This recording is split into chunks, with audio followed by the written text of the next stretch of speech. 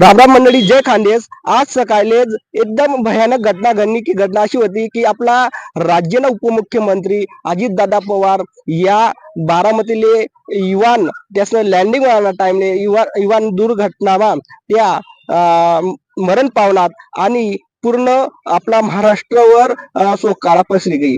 त्याच पार्श्वभूमीवर महाराष्ट्र राज्य सरकारने 3 दिनला दुखवटा जाहीर करा. त्याला मान शाळा असो, कॉलेज असो किंवा शासकीय कुठलेही ऑफिस असो, यासले सुट्टी द्या म्हणून म्हणजे 3 दिनला दुखवटा जाहीर करा. त्याच कारण ते आज धुळं कलेक्टर ऑफिसला जो आपला राष्ट्रध्वज आहे तो दुखवटा निमित्त त्याला अर्धा उतरावं.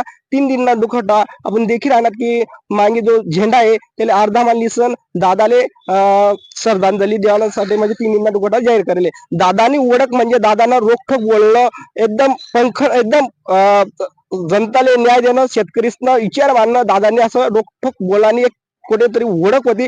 म्हणजे सण दादांना जावानामुळे सर्व महाराष्ट्रकरसवर एक दुःखाला डोंगर कोसळचे. बोली खानदेश मराठीसाठी संदीप त्रिभुवन धुळे. बोली खानदेश मराठी न्यूज.